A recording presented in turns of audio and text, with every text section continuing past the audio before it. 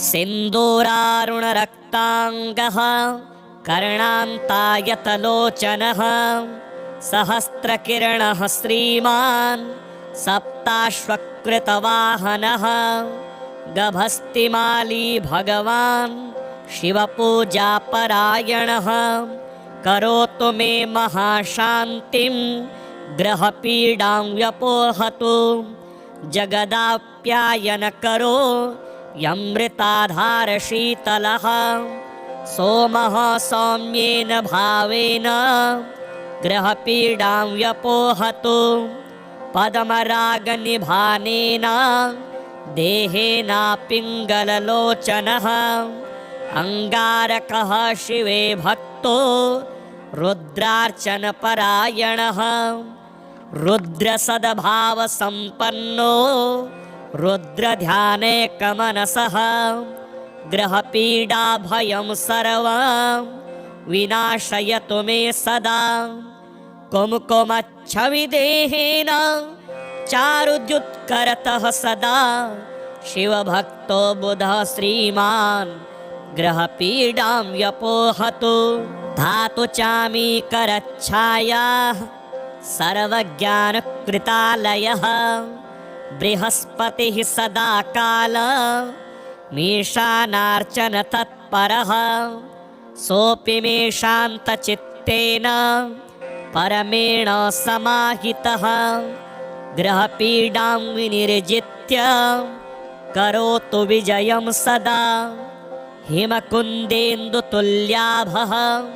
सुरदैत्येन्द्रपूजितः शुक्रः शिवार्चनरतो ग्रहपीडां व्यपोहतु भिन्नाञ्जनचयच्छायः सरक्तनयनद्युतिः शनैश्चरः शिवे भक्तो ग्रहपीडां व्यपोहतु नीलाञ्जननिभः श्रीमान् सैहिकेयो महाबलः शिवपूजापरो राहु ग्रहपीडा व्यपोहतु धूम्राकारो ग्रहः केतु वृषाण्यां दिशि संस्थितः वर्तुलोतीव विस्तीर्णं लोचनैश्च विभीषणः पलाशधूम्रसङ्काशो ग्रहपीडापकारकः घोरदष्ट्राकरालश्च करोतु विजयं मम खड्गखेटकहस्तश्च वरेण्यो वरदः शुभः शिवभक्तश्चाग्रजनमा ग्रहपीडां व्यपोहतु एते ग्रहा महात्मानो महेशार्चानभाविताः शान्तिं कुर्वन्तु मे हृष्टाः सदा कालं हितैषिणः सिन्दूरारुणरक्ताङ्गः कर्णान्तायतलोचनः सहस्रकिरणः श्रीमान् सप्ताश्वकृतवाहनः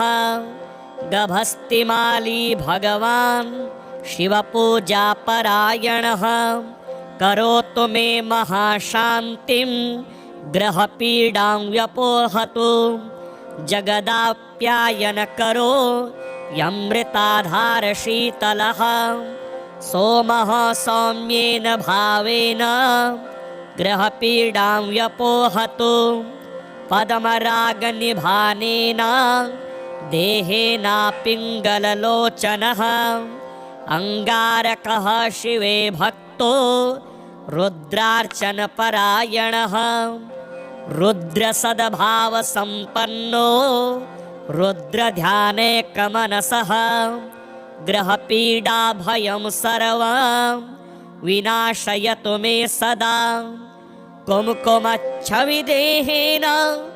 चारुद्युत्करतः सदा शिवभक्तो बुधः श्रीमान् ग्रहपीडां व्यपोहतु धातु चामीकरच्छायाः सर्वज्ञानकृतालयः बृहस्पतिः सदा काल मीशानार्चन तत्परः सोऽपि मे शान्तचित्तेन परमेण समाहितः ग्रहपीडां विनिर्जित्य करोतु विजयं सदा हिमकुन्देन्दुतुल्याभः सुरदैत्येन्द्रपूजितः शुक्रः शिवार्चनरतो ग्रहपीडां व्यपोहतु भिन्नाञ्जनचयच्छायः सरक्तनयनद्युतिः शनैश्चरः शिवे भक्तो ग्रहपीडां व्यपोहतु नीलाञ्जननिभः श्रीमान् सैहिकेयो महाबलः शिवपूजापरो राहु ग्रहपीडा व्यपोहतु धूम्राकारो ग्रहः केतु वृषाण्यां दिशि संस्थितः वर्तुलोतीव विस्तीर्णं लोचनैश्च विभीषणः पलाशधूम्रसङ्काशो ग्रहपीडापकारकः घोरदष्ट्राकरालश्च करोतो विजयं मम खड्गखेटकहस्तश्च वरेण्यो वरदः शुभः शिवभक्तश्चाग्रजनमा ग्रहपीडां व्यपोहतु एते ग्रहा महात्मानो महेशार्चान् भाविताः शान्तिं कुर्वन्तु मे हृष्टाः सदा कालं हितैषिणः सिन्दूरारुणरक्ताङ्गः कर्णान्तायतलोचनः सहस्रकिरणः श्रीमान्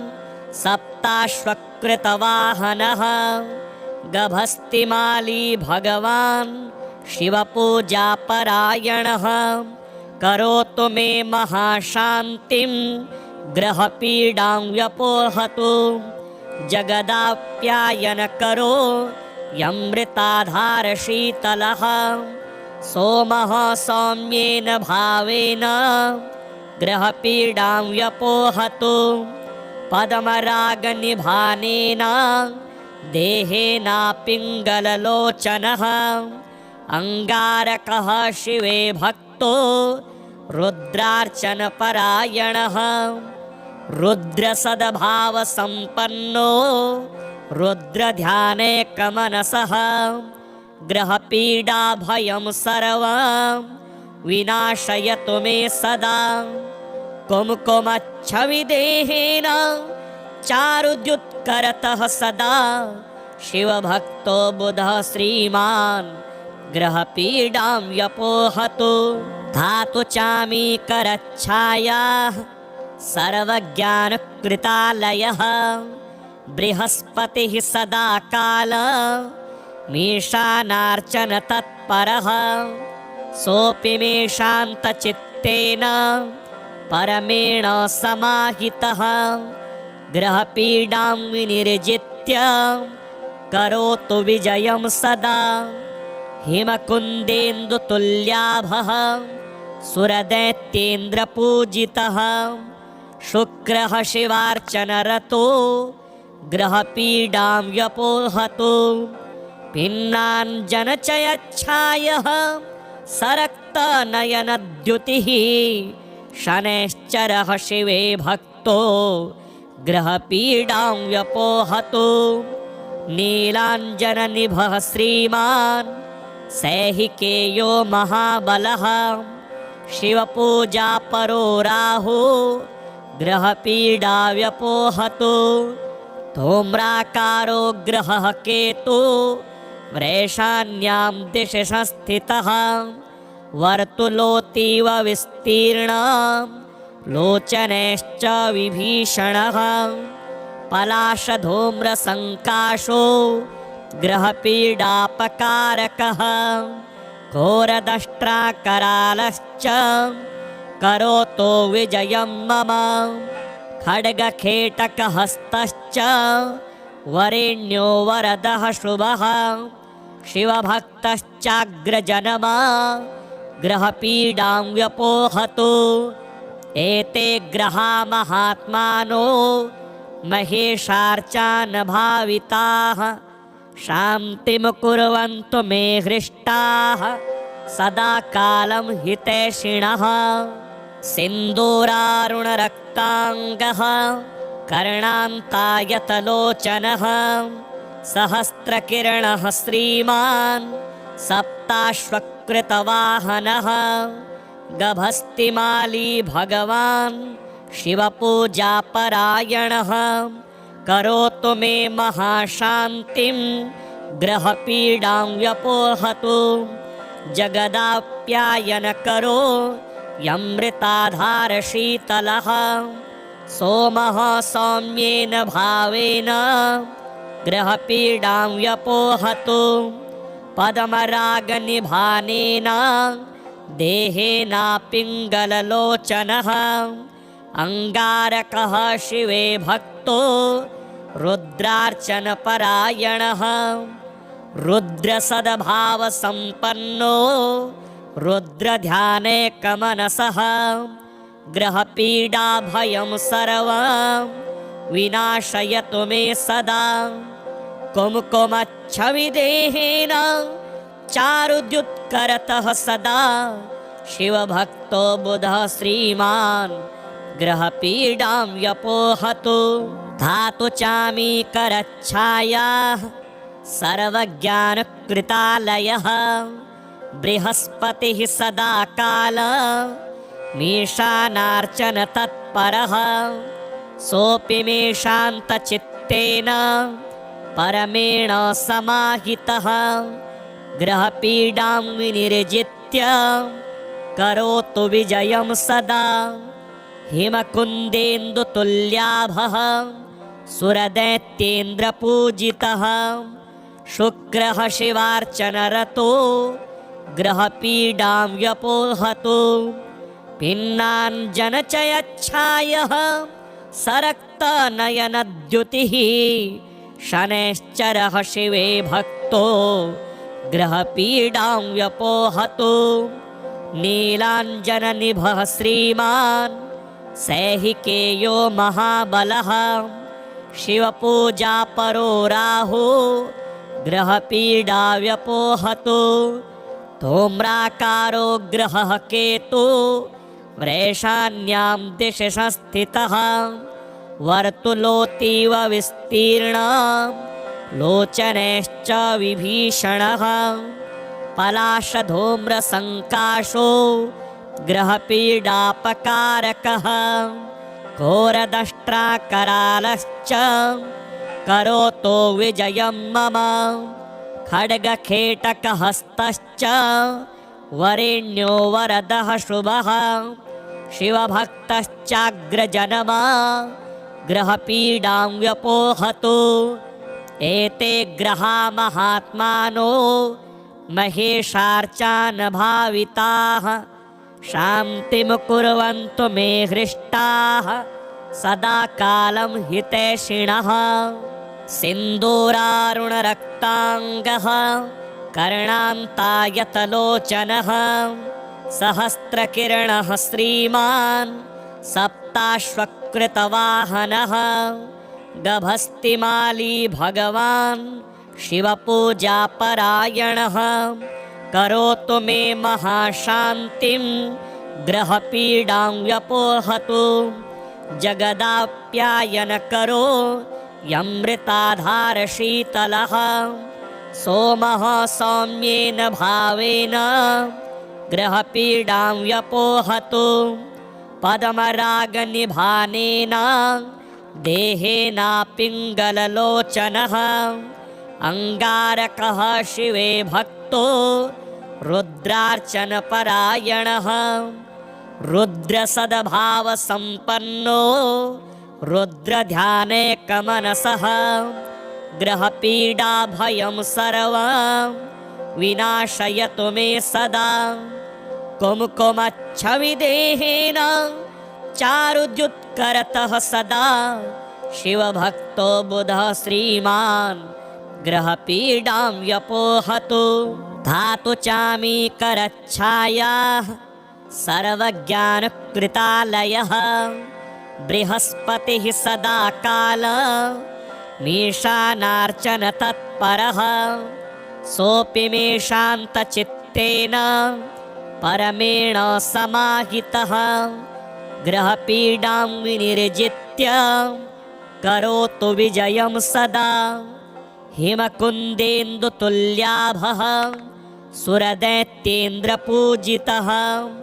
शुक्रः शिवार्चनरतो ग्रहपीडां व्यपोहतु भिन्नाञ्जनचयच्छायः सरक्तनयनद्युतिः शनैश्चरः शिवे भक्तो ग्रहपीडां व्यपोहतु नीलाञ्जननिभः श्रीमान् सैहिकेयो महाबलः शिवपूजापरो राहु ग्रहपीडा व्यपोहतु धूम्राकारो ग्रहः केतु वृषाण्यां दिशि संस्थितः वर्तुलोऽतीव विस्तीर्णं लोचनैश्च विभीषणः पलाशधूम्रसङ्काशो ग्रहपीडापकारकः घोरदष्ट्राकरालश्च करोतु विजयं मम खड्गखेटकहस्तश्च वरेण्यो वरदः शुभः शिवभक्तश्चाग्रजनमा ग्रहपीडां व्यपोहतु एते ग्रहा महात्मानो महेशार्चान भाविताः शान्तिं कुर्वन्तु मे हृष्टाः सदा कालं हितैषिणः सिन्दूरारुणरक्ताङ्गः कर्णान्तायतलोचनः सहस्रकिरणः श्रीमान् सप्ताश्वकृतवाहनः गभस्तिमाली भगवान् शिवपूजापरायणः करोतु मे महाशान्तिं ग्रहपीडां व्यपोहतु जगदाप्यायनकरो यमृताधारशीतलः सोमः सौम्येन भावेन ग्रहपीडां व्यपोहतु पद्मरागनिभानेन देहेनापिङ्गललोचनः अङ्गारकः शिवे भक्तो रुद्रार्चनपरायणः रुद्रसद्भावसम्पन्नो रुद्रध्यानेकमनसः ग्रहपीडाभयं सर्वं विनाशयतु मे सदा कुमकुमच्छविदेहेन चारुद्युत्करतः सदा शिवभक्तो बुधः श्रीमान् ग्रहपीडां व्यपोहतु धातु चामीकरच्छायाः सर्वज्ञानकृतालयः बृहस्पतिः सदा काल मीशानार्चन तत्परः सोऽपि मेषान्तचित्तेन परमेण समाहितः ग्रहपीडां विनिर्जित्य करोतु विजयं सदा हिमकुन्देन्दुतुल्याभः सुरदैत्येन्द्रपूजितः शुक्रः शिवार्चनरतो ग्रहपीडां व्यपोहतु भिन्नाञ्जनचयच्छायः सरक्तनयनद्युतिः शनैश्चरः शिवे भक्तो ग्रहपीडां व्यपोहतु नीलाञ्जननिभः श्रीमान् सैहिकेयो महाबलः शिवपूजापरो राहु ग्रहपीडा व्यपोहतु धूम्राकारो ग्रहः केतु वृषाण्यां दिशि संस्थितः वर्तुलोऽतीव विस्तीर्णं लोचनैश्च विभीषणः पलाशधूम्रसङ्काशो ग्रहपीडापकारकः घोरदष्ट्राकरालश्च करोतु विजयं मम खड्गखेटकहस्तश्च वरेण्यो वरदः शुभः शिवभक्तश्चाग्रजनमा ग्रहपीडां व्यपोहतु एते ग्रहा महात्मानो महेशार्चान भाविताः शान्तिं कुर्वन्तु मे हृष्टाः सदा कालं हितैषिणः सिन्दूरारुणरक्ताङ्गः कर्णान्तायतलोचनः सहस्रकिरणः श्रीमान् सप्ताश्वकृतवाहनः गभस्तिमाली भगवान् शिवपूजापरायणः करोतु मे महाशान्तिं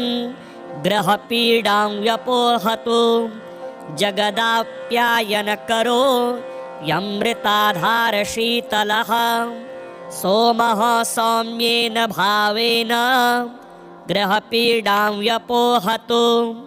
पद्मरागनिभानेन देहेन पिङ्गललोचनः अङ्गारकः शिवे भक्तो रुद्रार्चनपरायणः रुद्रसद्भावसम्पन्नो रुद्रध्यानेकमनसः ग्रहपीडाभयं सर्वं विनाशयतु मे सदा कुमकुमच्छविदेहेन चारुद्युत्करतः सदा शिवभक्तो बुधः श्रीमान् ग्रहपीडां व्यपोहतु धातु चामीकरच्छायाः सर्वज्ञानकृतालयः बृहस्पतिः सदा काल मीशानार्चन तत्परः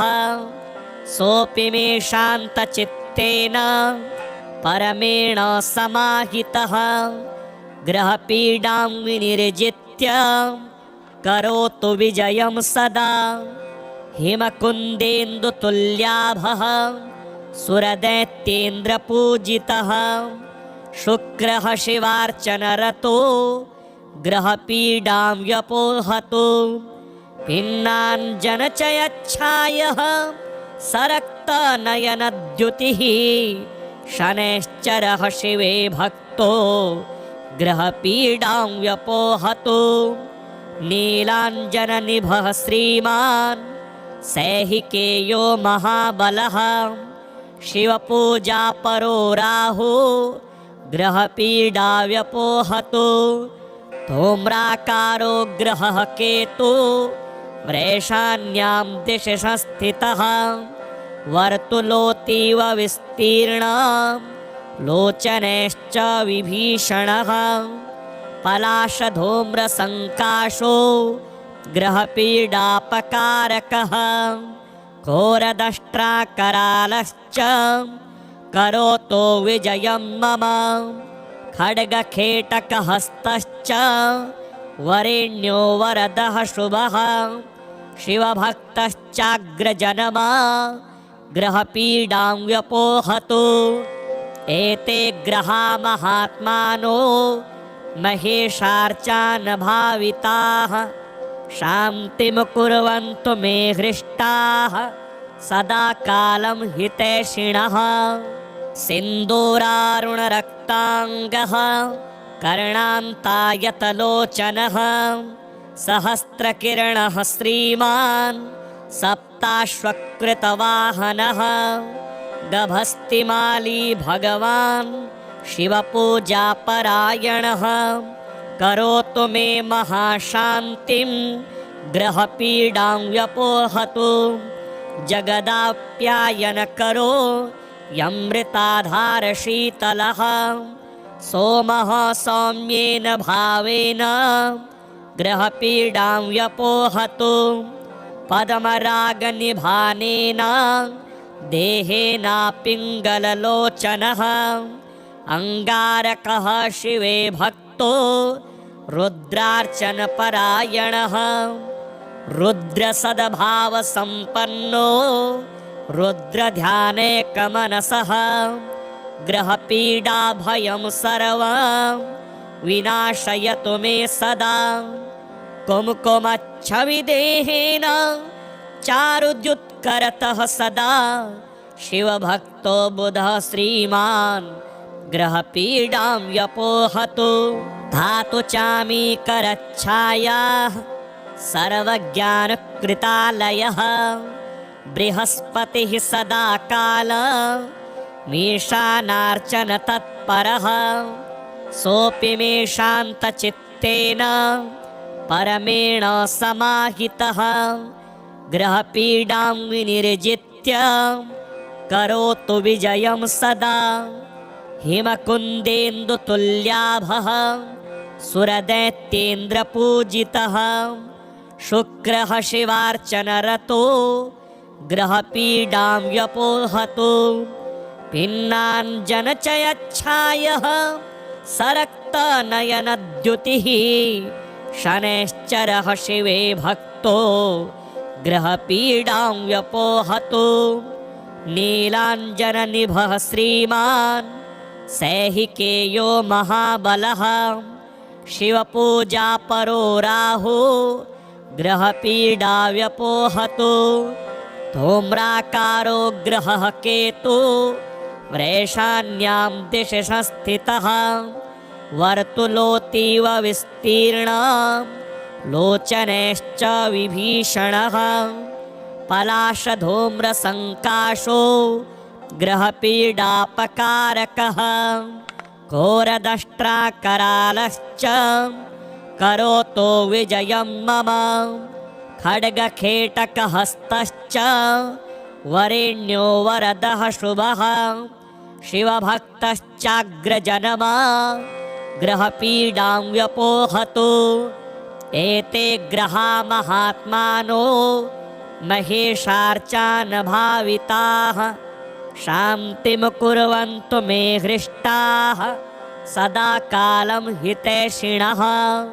सिन्दूरारुणरक्ताङ्गः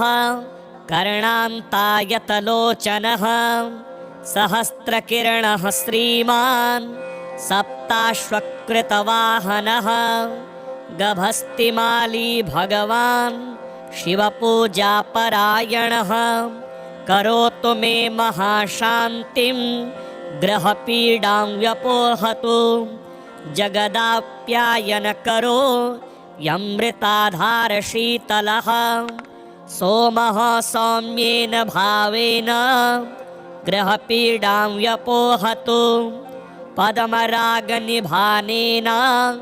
देहेना पिङ्गललोचनः अङ्गारकः शिवे भक्तो रुद्रार्चनपरायणः रुद्रसद्भावसम्पन्नो रुद्रध्यानेकमनसः ग्रहपीडाभयं सर्वं विनाशयतु मे सदा कुमकुमच्छविदेहेन चारुद्युत्करतः सदा शिवभक्तो बुधः श्रीमान् ग्रहपीडां व्यपोहतु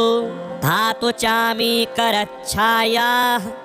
सर्वज्ञानकृतालयः बृहस्पतिः सदा काल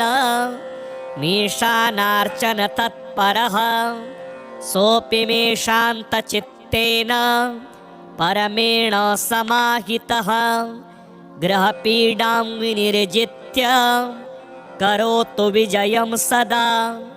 हिमकुन्देन्दुतुल्याभः सुरदैत्येन्द्रपूजितः शुक्रः शिवार्चनरतो ग्रहपीडां व्यपोहतु भिन्नाञ्जनचयच्छायः सरक्तनयनद्युतिः शनैश्चरः शिवे भक्तो ग्रहपीडां व्यपोहतु नीलाञ्जननिभः श्रीमान् सैहिकेयो महाबलः शिवपूजापरो राहु ग्रहपीडा व्यपोहतु धूम्राकारो ग्रहः केतु वृषाण्यां दिशि संस्थितः वर्तुलोतीव विस्तीर्णं लोचनैश्च विभीषणः पलाशधूम्रसङ्काशो ग्रहपीडापकारकः घोरदष्ट्राकरालश्च करोतो विजयं मम खड्गखेटकहस्तश्च वरेण्यो वरदः शुभः शिवभक्तश्चाग्रजनमा ग्रहपीडां व्यपोहतु एते ग्रहा महात्मानो महेशार्चान भाविताः शान्तिं कुर्वन्तु मे हृष्टाः सदा कालं हितैषिणः सिन्दूरारुणरक्ताङ्गः कर्णान्तायतलोचनः सहस्रकिरणः श्रीमान् सप्ताश्वकृतवाहनः गभस्तिमाली भगवान् शिवपूजापरायणः करोतु मे महाशान्तिं ग्रहपीडां व्यपोहतु जगदाप्यायनकरो यमृताधारशीतलः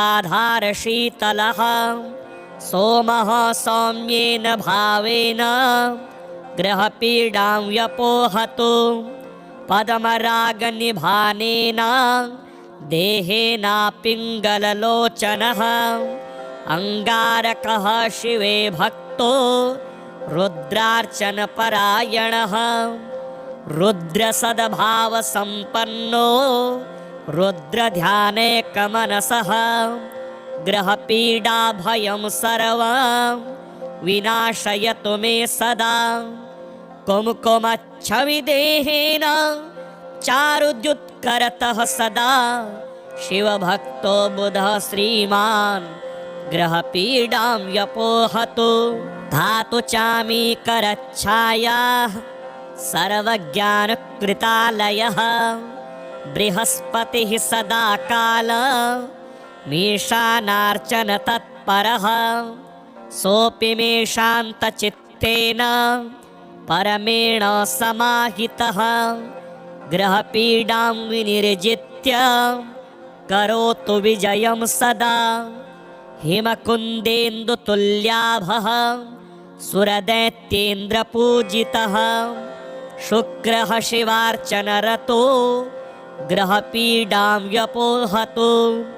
भिन्नाञ्जनचयच्छायः सरक्तनयनद्युतिः शनैश्चरः शिवे भक्तो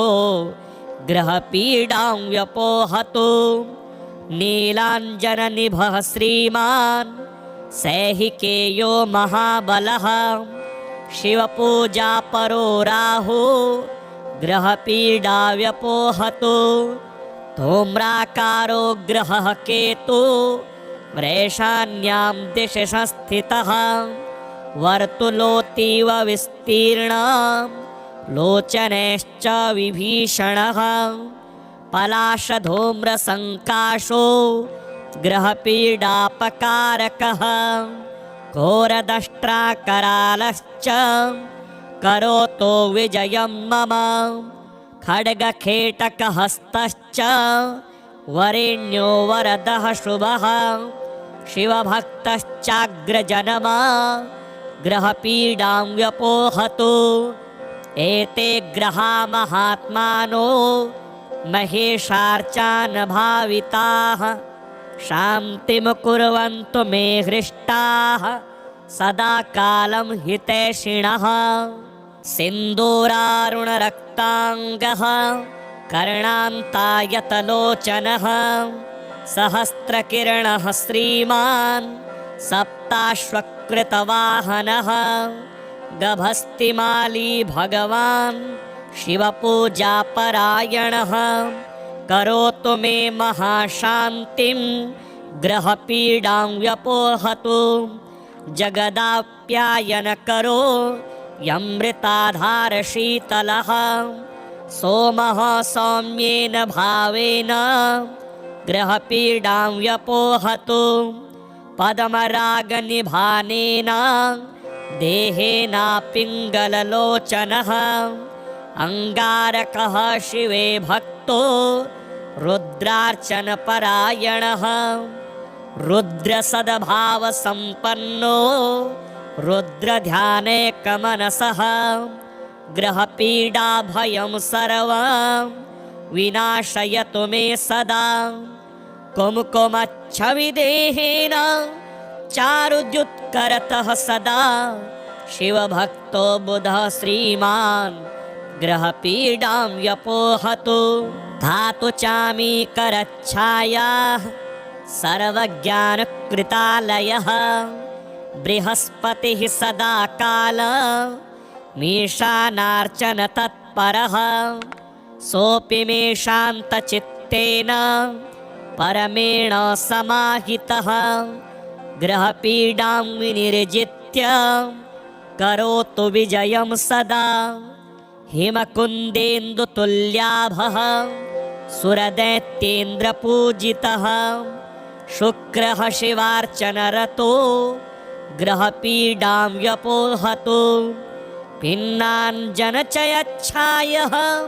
सरक्तनयनद्युतिः शनैश्चरः शिवे भक्तो ग्रहपीडां व्यपोहतु।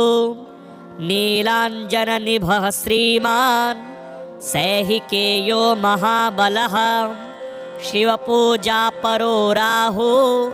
ग्रहपीडा व्यपोहतु। धूम्राकारो ग्रहः केतु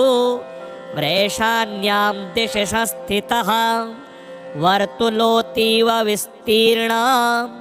लोचनैश्च विभीषणः पलाशधूम्रसङ्काशो ग्रहपीडापकारकः घोरदष्ट्राकरालश्च करोतो विजयं मम खड्गखेटकहस्तश्च वरेण्यो वरदः शुभः शिवभक्तश्चाग्रजनमा ग्रहपीडां व्यपोहतु। एते ग्रहा महात्मानो महेशार्चान भाविताः शान्तिं कुर्वन्तु मे हृष्टाः